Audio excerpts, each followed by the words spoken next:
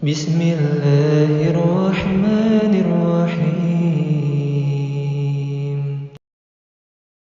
Para jamaah Bapak Ibu rahimani rahimakumullah taala, sedikit kami cerita, insya Allah ini bisa memberikan manfaat. Tadi ketika pada siang hari setelah ba'da duhur kami diundang untuk mengisi sedikit tausiah, ya, yaitu bimbingan kepada para santri-santri yang baru di Pondok Pesantren Nurul Iman di wilayah Ketanon, itu Tulungagung. Maka di saat kami menyampaikan materi sebagai juga motivasi kepada anak-anak didik yang baru masuk kelas 1 setara dengan SMP dan juga kelas 1 SMA, maka kami sampaikan kepada anak-anak santri, terutama juga mereka yang selama liburan kemarin, yang selama liburan kelas 1 naik kelas 2, kelas 2 naik kelas 3, selama liburan kurang lebih 2 pekan. Kemudian kami tanya kepada mereka, kira-kira kalian selama di rumah ngapain aja? Ya. Maka mereka menjawab, kami juga murojaah, mengulang-ulang bacaan Quran, kami juga sholat. Ya, alhamdulillah, kalau itu kalian kerjakan dan kalian menjadi anak yang tertib, anak disiplin, anak tanggung jawab, jadi santri-santri yang soleh, ya. Insya Allah bisa bermanfaat untuk orang tua, umat, ya, dan juga bangsa. Kemudian kami sampaikan kepada mereka, apakah kalian betul-betul merutinkan itu terus-menerus membaca Quran setiap hari? Iya. Maka kalau itu kalian kerjakan, maka insya Allah kalian mudah-mudahan menjadi ahli Quran. Saya sampaikan, menjadi anak yang soleh, yang ahli Quran, karena memang kalian masuk di pondok pesantren tahfidzul Quran, itu pondok Nurul Iman. Maka ketika kalian merutinkan, melazimi, membiasakan baca Quran setiap hari, maka secara tidak langsung kalian telah mengamalkan Al-Quran. Di antara salah satunya adalah surat Fatir, surat yang 35 ayat yang 29, yang dimana Allah Ta'ala sampaikan di dalam ayat tersebut, innalladzina yasluna kitaballah, sesungguhnya orang-orang yang senantiasa membaca Al-Quran. Maka orang-orang yang membaca Al-Quran ini masuk dalam kategori orang-orang yang senantiasa mengharap perdagangan Allah supaya dia beruntung dan tidak akan pernah bangkrut atau rugi selama-lamanya. Kenapa? Karena kalau orang qiraatul Quran, murojaah, tilawah, atau tahfidz, menghafal, membaca, dan yang lainnya, itu insya Allah dapat pahala. Lebih bagus lagi, lebih baik lagi kalau seandainya itu difahami, direnungi, ditadaburi, dihayati isi kandungannya, bisa kalau lebih baik lagi dihafalkan terjemahannya.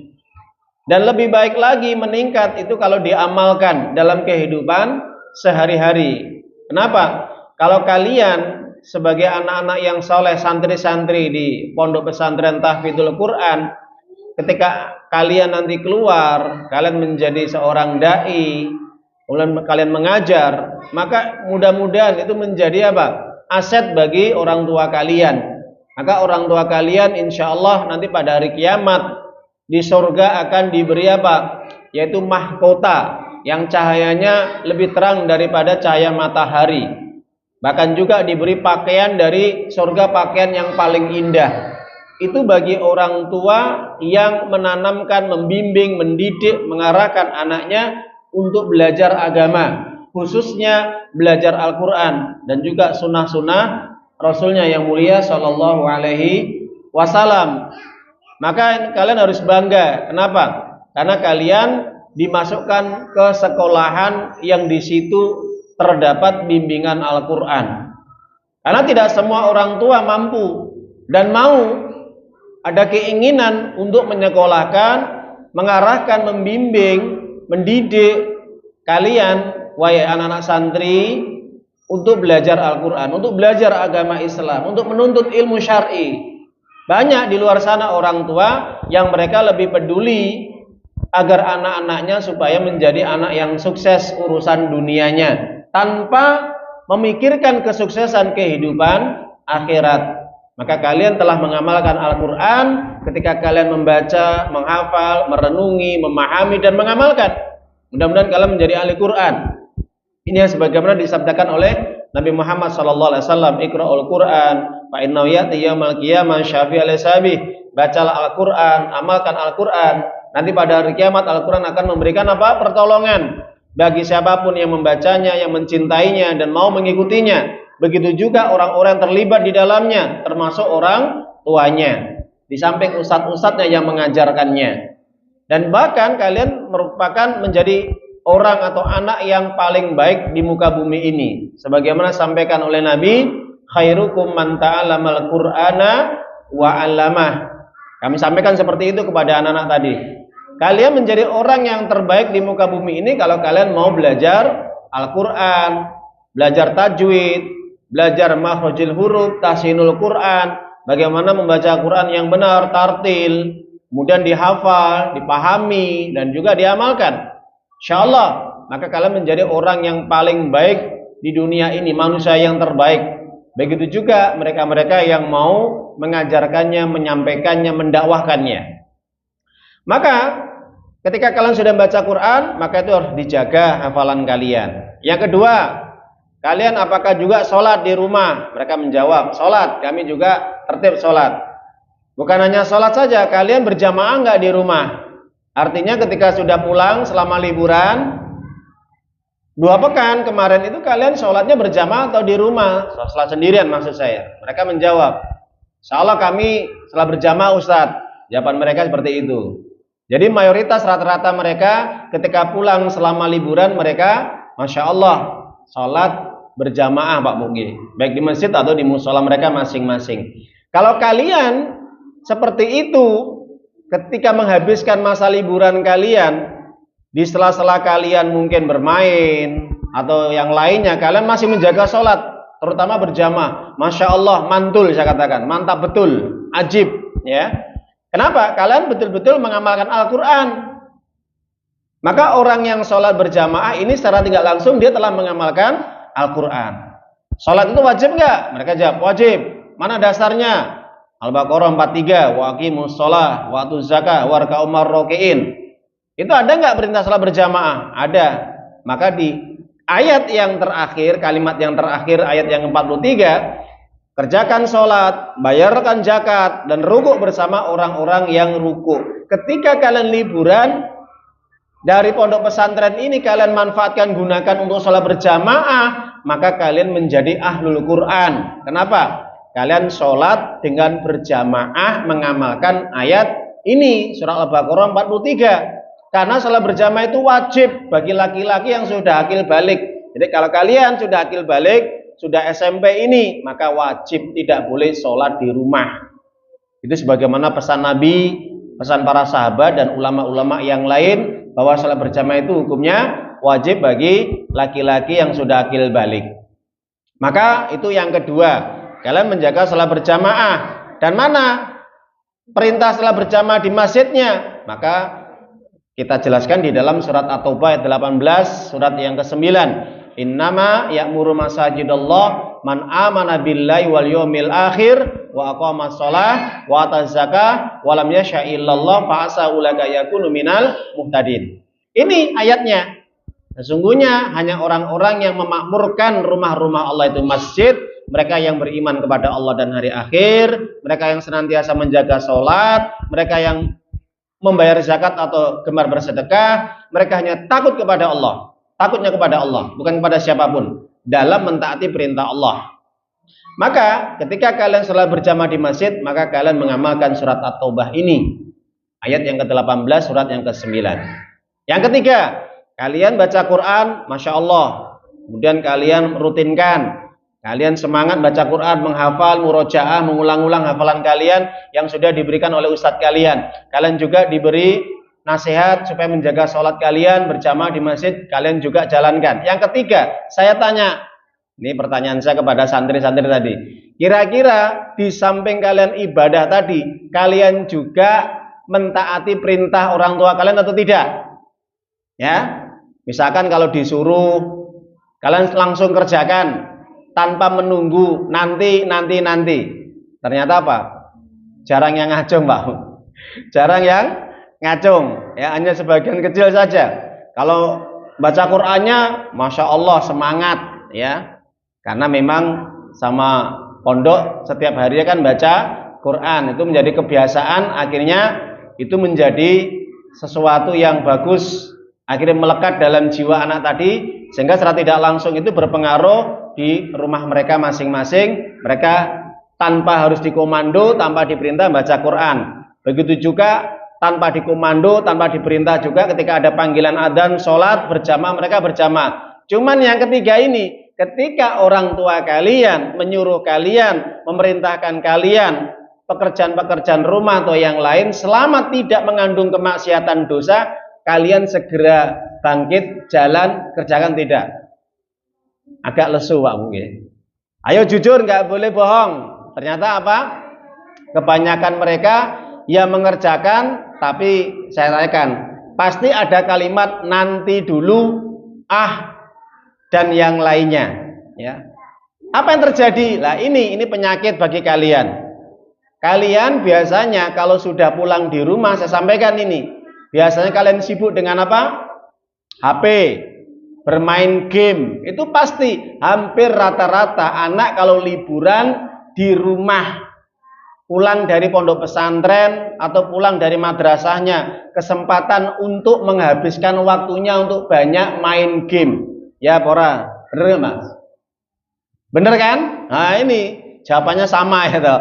Lah, maka bermain game itu sesuatu yang mubah, boleh saja. Tapi siapapun orang atau anak, terutama anak-anak remaja ini, santri-santri yang pulang dari pondok pesantren, meskipun dia pondok pesantren, tahfidzul Quran, tapi ketika dia menghabiskan waktu-waktunya hanya di depan HP, terutama main game, kemudian yang lebih celakanya kalau diperintah sama orang tuanya itu tidak segera berangkat. Ada jawaban kadang-kadang bangkang, nanti masih repot, masih belum selesai ini mainannya. Lah itu, kira-kira yang seperti ini saya tanya kepada santri tadi, durhaka nggak kepada orang tua? Halo, durhaka nggak? Nggih Ustaz, durhaka kan gitu. Nah, kalian bisa mengamalkan dua perintah Allah. Baca Quran, itu ada perintahnya. Kemudian sholat berjamaah 5 waktu, ada perintahnya. Taat kepada orang tua, ada perintahnya enggak? Ada enggak? Ada. Mana ayatnya? Enggak tahu Ustaz. Ya, kita ambil ayatnya, suratnya. Surat Luqman ayat yang ke-14. Surat yang ke-31 saya sampaikan. Nah, ini perhatikan, ini perintah juga. Perintah kepada Allah harus dikerjakan, perintah kepada orang tua juga harus dikerjakan. Tidak boleh pilih-pilih. Nah, maka Allah sampaikan di dalam surat Luqman ayat yang ke-14, wa wasainal insana biwalidayhi hamalathu ummu wahnan ala wahnin wa fisalu fi amaini anishkurli wa liwalidayka ilayyal masir. Ketika Allah memerintahkan kepada manusia agar senantiasa berbakti kepada orang tuanya, terutama ibunya yang sudah mengandungnya selama 9 bulan sampai melahirkan, sampai kemudian menyapainya umur 2 tahun, setelah menyusui 2 tahun, yang begitu lemah, kadang sakit-sakitan, kadang juga repot. Maka perintah Allah, bersyukurlah kepada Allah dan bersyukurlah kepada kedua orang tua. Kata-kata bersyukur ini apa? Menunjukkan bentuk terima kasih yang besar kepada orang tua. Perintah atau tidak bersyukur? Perintah. Nah, sedangkan ketika kalian asik di hadapan HP, di depan HP main game, ketika diperintahkan, "Le, nak, nyapu." Wah, nanti ngosek. Disuruh, "Le, tuh bersihkan tuh kamar mandinya, tuh cuci piring." Ya, itu habis makan piringnya itu langsung dibawa ke belakang. Apa jawabannya? Nanti ngosek sebentar. Kata-kata seperti ini merupakan bentuk ketidaktaatan kepada orang tua dan masuk dalam konteks durhaka kepada orang tua. Mana dasarnya ayatnya? Nah, kita buka, saya jelaskan ayatnya. Buka surat Al-Isra, surat yang ke-17, ayat yang ke-23. Apa kata Allah? Wa qada rabbuka alla ta'budu illa iyyahu wa bil walidaini ihsana. Imma yablughanna indakal kibara au ahaduhuma. Fala taqul lahumā uffi wa la tanharhumā wa qul lahumā qawlan karima. Ini hati-hati nih ayat ini. Jadi kalian para santri, kalau kalian di rumah sudah sifatnya berubah, enggak sebagaimana yang disampaikan para ustadz kalian di pondok, ternyata kalian tidak nurut, manut, taat kepada orang tua, masih bantah kalau diperintah sama orang tua, hati-hati ayat ini. Kenapa? Perhatikan, Allah memerintahkan kalian beribadah kepada Allah, tidak menyekutukan Allah, berbuat baik kepada orang tua. Ingat, ketika orang tua itu sudah mulai sepuh, sudah mulai lemah, sudah mulai buyutan, ya, kadang-kadang pikun, atau mungkin tidak mampu bekerja dalam pengasuhanmu, maka jangan sekali-kali ketika orang tua memerintahkanmu, kamu mengatakan nanti dulu, sebentar, ganggu aja. Nah ini kalimat-kalimat yang seperti ini, anak-anak ini juga yang di sini yang hadir ini juga ya, hati-hati. Diperintah wong tuwek kok sampai mengatakan kusik to, ya nanti sebentar, aku enak nih gim-giman, enak nih dulu HP. Maka secara nggak langsung kata Allah apa? Wala taqul lama uffi wala tanharhuma wa qul lama qawlan karima. Apalagi sampai bentak-bentak. Bapak ini cerewet, ibu cerewet, kakek ngomong. Lah, ini sudah dosanya lebih besar lagi. Ibaratnya wong Jawa Pak, bentak-bentak, nyende-nyende, ngelok-ngelokne wong tuwek. Hati-hati, ini anak-anak ya, terutama anak-anak santri yang saya sampaikan tadi. Jadi kalian beratnya belum mengamalkan yang ketiga ini. Kalian belum ahli Quran. Ya, kenapa? Karena ahli Quran itu tidak hanya sekedar kalian sholat, kalian baca Quran, kalian puasa, kalian ngaji, kalian tahajud, tidak. Tapi dalam urusan hablum minal nas, hubungan manusia itu harus baik. Di samping hablum minallah baik, hablum minan nasnya baik. Kenapa? Di dalam Al-Quran, perintah ibadah kepada Allah itu disandingkan dengan berbuat baik kepada orang tua. Selalu diulang-ulang sama Allah. Contohnya, surat An-Nisa ayat yang ke-36, surat yang keempat. Wa'budullaha wa la tusyriku bihi syai'an wa bil walidaini ihsana. Itu perintah Allah. Yang dimana Allah katakan di dalam ayat tersebut diawali dengan apa? Hendaknya engkau senantiasa beribadah menyembah Allah, jangan menyekutukannya dengan sesuatu apapun, alias berbuat syirik kepada Allah. Kalau sudah beribadah kepada Allah apa? Kalau kita sudah sholat, ngaji, baca Quran, dan yang lainnya, maka kata Allah, hendaknya tetap berbuat baik kepada orang tua. Kadang memang, Pak Bu nggih, di luar sana, secara umum lingkungan masyarakat itu, ya, dalam urusan ibadah bagus kepada Allah, sholatnya bagus, puasanya bagus. Tapi kadang-kadang dia kurang bisa baik sikapnya, akhlaknya, perilakunya, adabnya terhadap kedua orang tua, sehingga kadang-kadang membuat orang tua jengkel, pegel. Ya, ini hati-hati Bapak Ibu, anak-anak ini ya. Saya nasihatkan juga kepada anak-anak, hendaknya anak-anak senantiasa Pak menuruti perintah orang tua, jangan sampai dibantah, jangan sampai dicaci maki, apalagi disuruh nggak boleh mengatakan nanti, sebentar, ganggu aja dan sebagainya. Ini masuk ayat 23 surat Al-Isra. Itu merupakan kedurhakaan kepada orang tua. Hati-hati. Pintu surga yang paling tengah adalah berbakti kepada orang tua. Sebanyak apapun orang beribadah kepada Allah, sholatnya bagus, puasanya bagus, sedekahnya bagus, hajinya bagus, tapi kalau tidak baik kepada orang tua, jangan berharap bisa masuk surga. Kenapa? Terhalangi, mahjub dia masuk surga. Makanya suatu hari Nabi Muhammad SAW ini pernah menaiki, yaitu mimbar yang di situ ada 3 tangga, ya, maksudnya tangganya ada 3. Ketika naik ke tangga pertama, maka Nabi mengatakan amin. Naik tangga kedua, amin. Sampai ketiga, amin. Setelah selesai khutbah menyampaikan kepada para jamaahnya, para sahabatnya. Nabi turun, kemudian ditanya oleh sebagian sahabat, ya Rasulullah SAW, penjenengan kok mengatakan amin, amin, amin sampai 3 kali. Sebenarnya ada masalah apa sih? Apapun turun wahyu? Maka Nabi SAW menyampaikan, baru saja Jibril menyampaikan kepada diriku 3 perkara, maka aku amini. Kalau sudah diamini oleh malaikat Jibril dan juga oleh Nabi, berarti ini mustajab. Ya, mustajab betul. Karena yang amini malaikat Jibril dan juga diamini oleh Nabi Muhammad SAW.